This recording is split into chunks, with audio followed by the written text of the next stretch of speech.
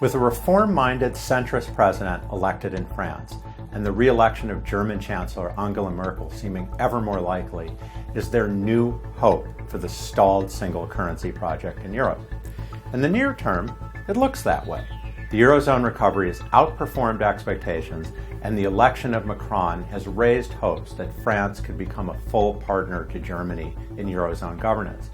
But in the long term, it's hard to see how much longer the Euro can trudge on without massively greater political and economic integration.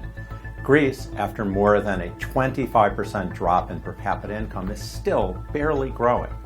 Italy's real income is lower than a decade ago, and so forth.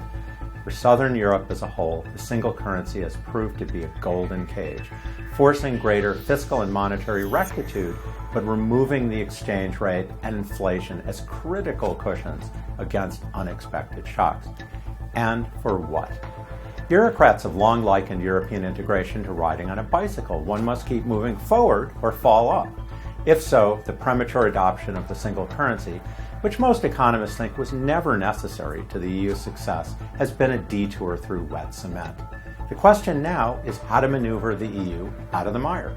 Although many European politicians are loath to admit it, the status quo is probably not sustainable.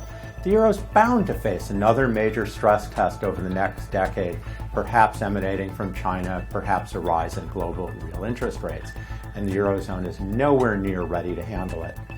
If the Eurozone's long-term prospects are so precarious, why are 10-year Italian bonds yielding only a bit more, 2 percentage points, than Germany's? Maybe investors believe that outright bailouts or mutualization of debt is inevitable. Or maybe they're gambling that the southern European countries have sunk so far into the cement they won't get out no matter how bad things get. Either way, Eurozone leaders would be better off acting now rather than waiting for the moment of truth.